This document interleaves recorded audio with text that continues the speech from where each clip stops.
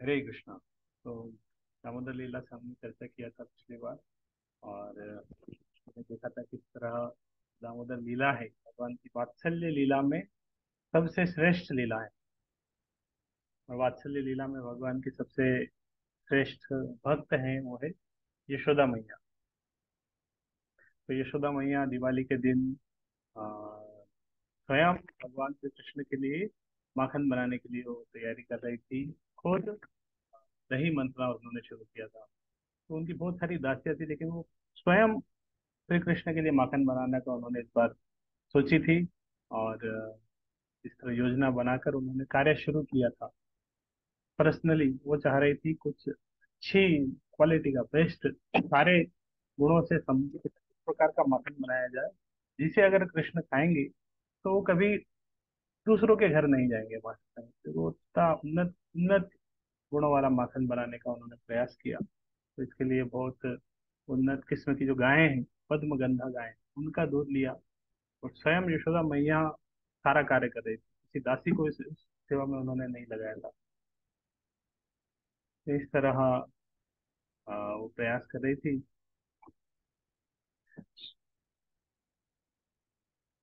तो कृष्ण के बारे में इस समय सर बहुत सारा कंप्लेन सुन रही थी, इसलिए वो एक कार्य खुद खुद करना चाह रही थी कि कृष्ण किसी के घर पे नहीं जाएंगे, हमारे घर का क्वालिटी मगन क्वालिटी इतना रहेगा।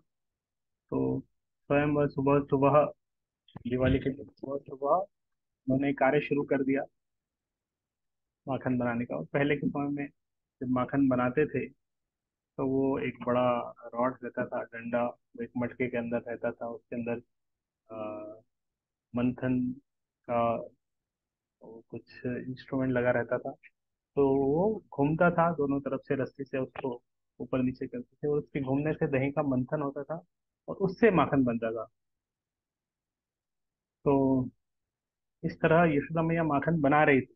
बनाते बनाते वो उनकी जो क्रियाकलाप है उनको गा भी रही थी। यशोदा मैया ने जो भी भगवान की जो लीलाएं हैं उनको कुछ भजन के रूप में बना दिया था। तो कोई कविताएं बना ली थी, वो कुछ उसको हमेशा गाती रहती थी। तो कृष्ण की लीलाओं को भूलना नहीं चाहती थी, इसलिए हमेशा गुनगुनाती रहती थी, याद करती रहती थी भगवान श्री कृष्ण की लीलाएं। तो कार्य भी कर रही थी और कृष्ण की इस तरह लीलाओं को गा रही थी। और वो जब इस तरह कार्य कर रही थी तो जो रॉड थी, मृदंग, जो माखन बनाने की, उसका साउंड मृदंग की तरह आ रहा है, क्योंकि जब माखन बनाते हैं तो उसमें से आवाज आती है। और जब दोनों हाथों से वो कार्य कर रही थी तो स्टूडियो की आवाज भी आ रही थी। ऐसा लग रहा था कि ये जो रॉड है जो मटके के अंदर लगी हुई है ये मृदंग की तरह आवाज कर रही है। और उनकी जो चूड़ियां हैं ये करताल की तरह। और यशोदा मैया गा रही है। तो जब जब हम कुछ गाते हैं और उसके साथ में अगर म्यूजिक आ जाता है, ताल आ जाती है, तो उसमें और मधुरता आ जाती है। सुर और ताल जब मिलते हैं तो जो उनकी चुड़िया और जो मटके से आवाज आ रही थी मृदंग करताल की तरह, वो जो भगवान श्री कृष्ण की लीलाएं गा रहे थे उससे परफेक्टली मैच हो रहे थे, एक हारमोनी में थे। तो उनको और गाने में विशेष आनंद की अनुभूति हो रही थी। इस तरह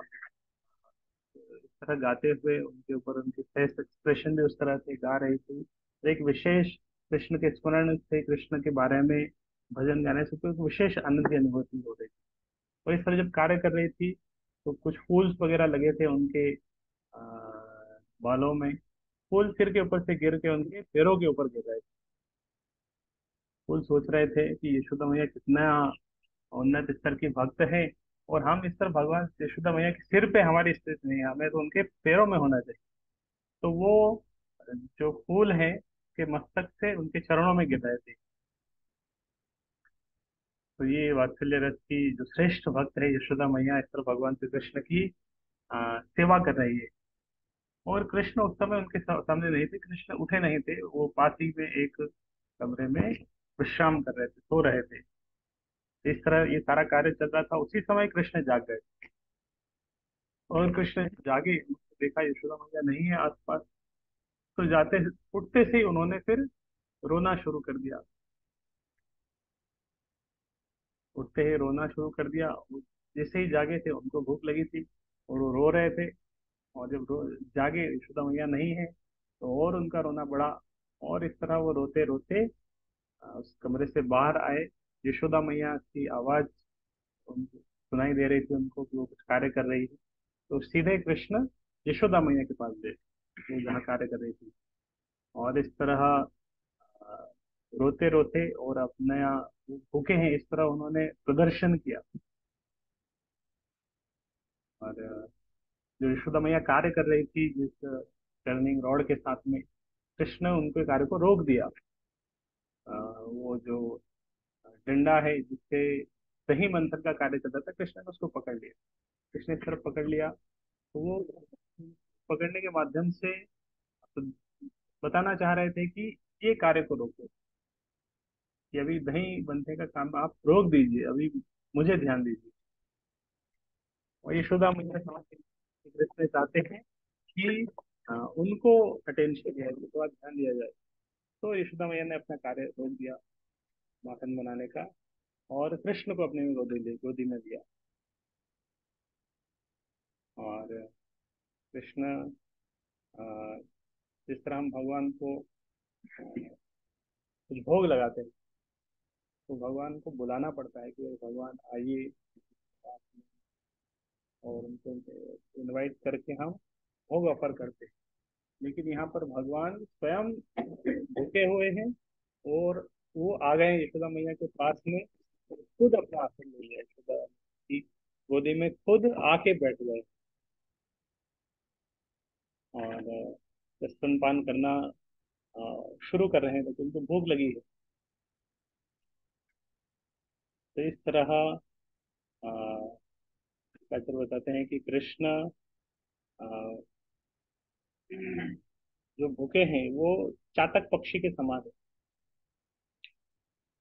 और चातक पक्षी जब वर्षा वर्षा ऋतु का इंतजार करता है, और वर्षा ऋतु का जब जल गिरता है तब उसकी प्यास, हमेशा उसका इंतजार कर रहा था। इसी तरह कृष्ण चातक पक्षी की तरह और यशोदा मैया का स्तन का जो दूध है उसका तुलना पानी के साथ किया जाए, जिसके लिए चातक पक्षी प्रयास करता है, इसके इंतजार में वो रहता है। इसी तरह कृष्ण अपनी यशोदा अपनी माँ की गोद में इस तरह स्तनपान कर रहे हैं।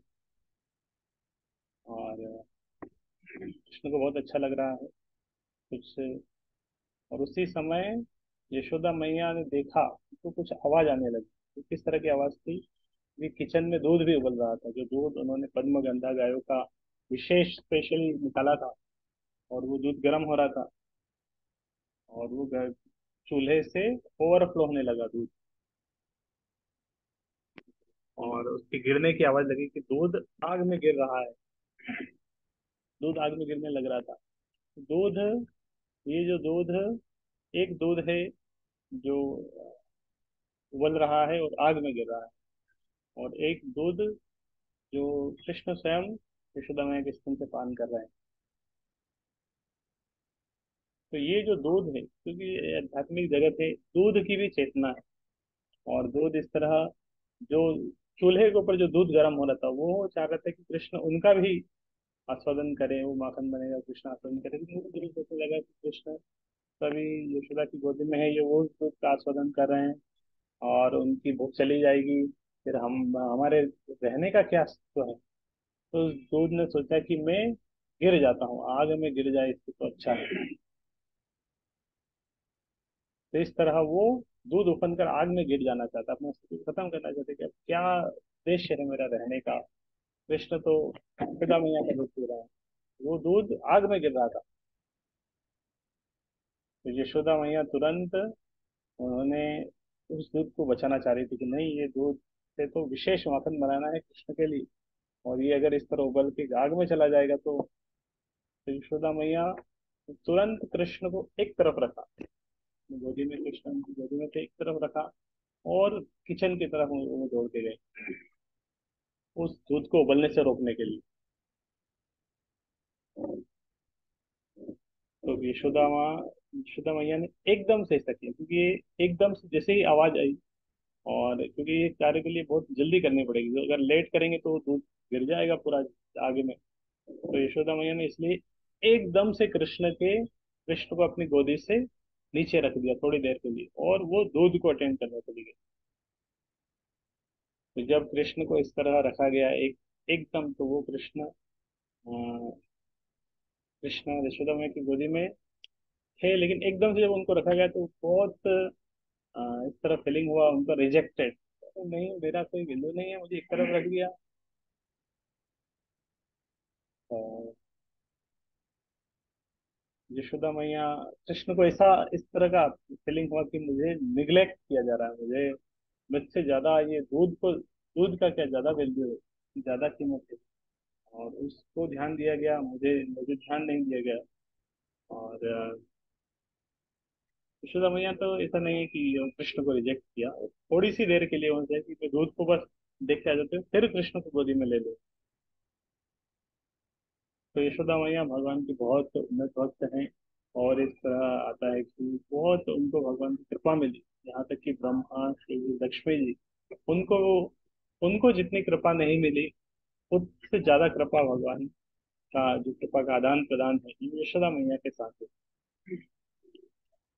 तो यशोदा मैया उस दूध को बचाने गई थी, वो भी कृष्ण के लिए, क्योंकि वो भी उसके माध्यम से भी कृष्ण की सेवा करना चाहती, इसलिए वो उसकी रक्षा करने के लिए गई। इसी तरह कभी कभी बहुत सारी सेवाएं हो जाती है, ये भी करना है वो भी करना है, तो प्रायोरिटी डिसाइड करना पड़ता है कि ये सेवा अभी अभी इसमें करेंगे, इसको थोड़ा पोस्टपोन कर सकते हैं, थोड़ी देर के लिए ये सेवा रोक सकते हैं। तो कभी कभी हम एक सेवा कर रहे होते हैं, उसी समय इमरजेंसी में दूसरी सेवा आ जाती है, इस सेवा को थोड़ी देर रोक के दूसरी सेवा को हमें ध्यान देना पड़ता है। फिर वो सेवा जब खत्म हो जाएगी, फिर से हम जो पुरानी सेवा उसमें आते हैं। तो इस तरह भगवान बुद्धि देते हैं भक्तों को कि किस सेवा को कब प्रायोरिटी देनी चाहिए, इसको अभी थोड़ी देर रोकनी चाहिए, ये सेवा करनी चाहिए, वो करना चाहिए, लेकिन जो भी भक्त करते हैं वो भगवान की सेवा ही करते हैं, सेवा के लिए करते हैं। तो यशोदा मैया ने जो पद्म गंधा दूध है उसको रक्षा करने का डिसाइड किया, वो तुरंत गई उस दूध की रक्षा के लिए। और इस समय जब वो गई थी, आ, कृष्ण को इस तरह जब रखी थी, कृष्ण को बहुत बहुत रिजेक्टेड फील हुआ। और कृष्ण रोने लग गए फिर से। तो बहुत अच्छा अनुभव नहीं हो रहा था, बुरा लग रहा था कि नहीं, मुझे उतार दिया गया है। अगर कोई व्यक्ति खा रहा है, एकदम से उसके मुंह से कुछ छीन लेंगे तो कैसा लगेगा। तो इस तरह कृष्ण को बहुत बुरा लग रहा था, और इस तरह क्रोध में कृष्ण उसको एक्सप्रेस करना चाहते हैं, उस क्रोध के भाव को। जब कुछ एकदम से क्रोध आता है, तो हम उसको किसी न किसी माध्यम से उसका प्रदर्शन करते हैं। ये कर दिया। एक बार एक व्यक्ति टीवी देख रहा था, इंडिया पाकिस्तान का मैच था,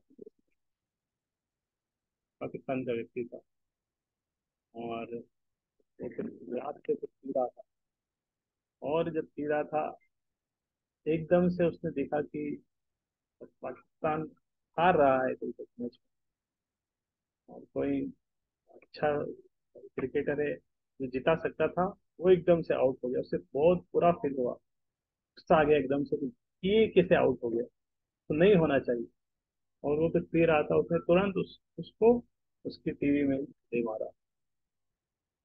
तो उस जगह तुरंत उसने एक्सप्रेस कर दिया, लेकिन एक्सप्रेस करने से क्या हुआ, वो टीवी में उसने अपना ग्लास फेंक दिया, तो टीवी फूट गई। नुकसान हुआ उसका। तो क्रोध जब इस तरह आता है, थोड़ा सा उसका प्रदर्शन करना होता है। हालांकि ये भगवान का जो क्रोध है, ये सभी है, जो लीलाएं, सब कुछ दिव्य है। तो जो भौतिक क्रोध एक व्यक्ति के अंदर आता है, इस तरह क्रोध भगवान के अंदर भी है। तो ये क्रोध दिव्य है, इस तरह की लीला भगवान कर रहे हैं। तो क्रोध की भगवान थोड़ा सा लीला करना चाह रहे हैं, और क्रोध का प्रदर्शन करना चाह रहे हैं। तो आ, कैसे करें। यशोदा मैया तो गई है किचन में दूध को ध्यान देने के लिए, उस समय कृष्ण अकेले यहाँ पर है। तो कृष्ण ने उसका प्रदर्शन करना चाहा। और यशोदा मैया जिस मटके में दही का मंथन कर रही थी, तो उन्होंने कहा कि मैं इसको तोड़ देता हूँ। ये कार्य यशोदा मैया कर रही है, तो इनको भी थोड़ा बुरा लगे। तो कृष्ण ने बहुत एक्सपर्टली उसको किसी दूसरे चीज से तोड़ दिया। इस तरह तोड़ा कि कोई साउंड नहीं हुआ। बहुत एक्सपर्टली उसे तुरंत तोड़ दिया। सब पूरा घर में, उस कमरे में, हर जगह माखन दही फैल गया। और कृष्ण ये सारा कार्य कर रहे थे, उनको बहुत बुरा फील हो रहा था, रो रहे थे। और इस तरह वो वहाँ उस रूम का सारा चीजों को इस तरह ऊपर नीचे करके और दूसरे रूम में गए। तो इस तरह भगवान है जो कि अ, रो रहे हैं। उनको ध्यान नहीं दिया गया, इसलिए वो रो रहे हैं। भगवान इस तरह अनुभव कर रहे हैं कि मुझे प्रेम करें, और अपने माँ से प्रेम के विषयों में वो क्रोधित हो गए हैं, रो रहे हैं। तो ये भगवान है, सबसे ऊपर है, इनके ऊपर कोई नहीं है। और कोई भगवान को रुला नहीं सकता, लेकिन वो खुद रो रहे हैं इस तरह प्रेम की तरह।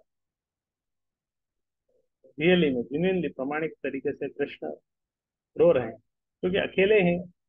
कभी कभी हम रोते हैं बहुत सारों के सामने दिखाने के लिए कि मैं रो रहा हूँ, ताकि लोग देखें और उसके ऊपर करुणा करें। लेकिन यहाँ पे कोई नहीं है, इतना मैया नहीं है, कृष्ण अकेले हैं, लेकिन फिर भी वो रो रहा है। तो ये रोना जेन्युइनली, मतलब भगवान लीला कर रहे हैं, उस लीला में बहुत एक्सपर्टली भाग ले रहे हैं, मतलब अपने आप को स्वयं उस तरह सोच रहे हैं, और अपने माँ से प्रेम के बिछोह में रो रहे हैं। तो इस तरह वो फिर दूसरे कमरे में गए। दूसरे में कमरे में गए, और वहां पर भी माखन था, जो जो पिछले दिन का था। पिछले दिन का माखन रखा हुआ था। तो कृष्ण ने फिर इस माखन के ऊपर कार्य करना शुरू किया। कृष्ण ने क्या किया, ये माखन जो पिछले दिन का रखा हुआ है, इसको अभी तोड़ना शुरू किया। तो कृष्ण ने उस रूम में जो माखन रखा हुआ था कल का, उसको तोड़ना शुरू किया।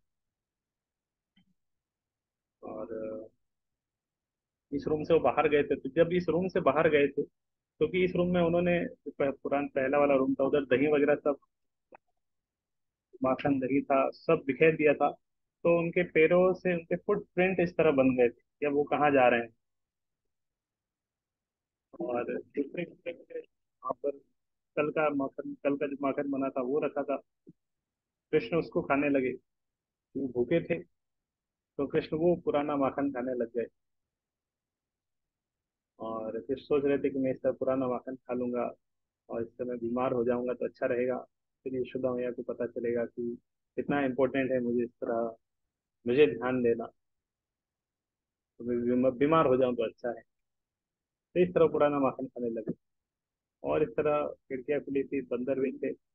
और वो माखन कृष्ण ने बंदरों को भी बुलाया, उनको भी बांटना शुरू कर दिया।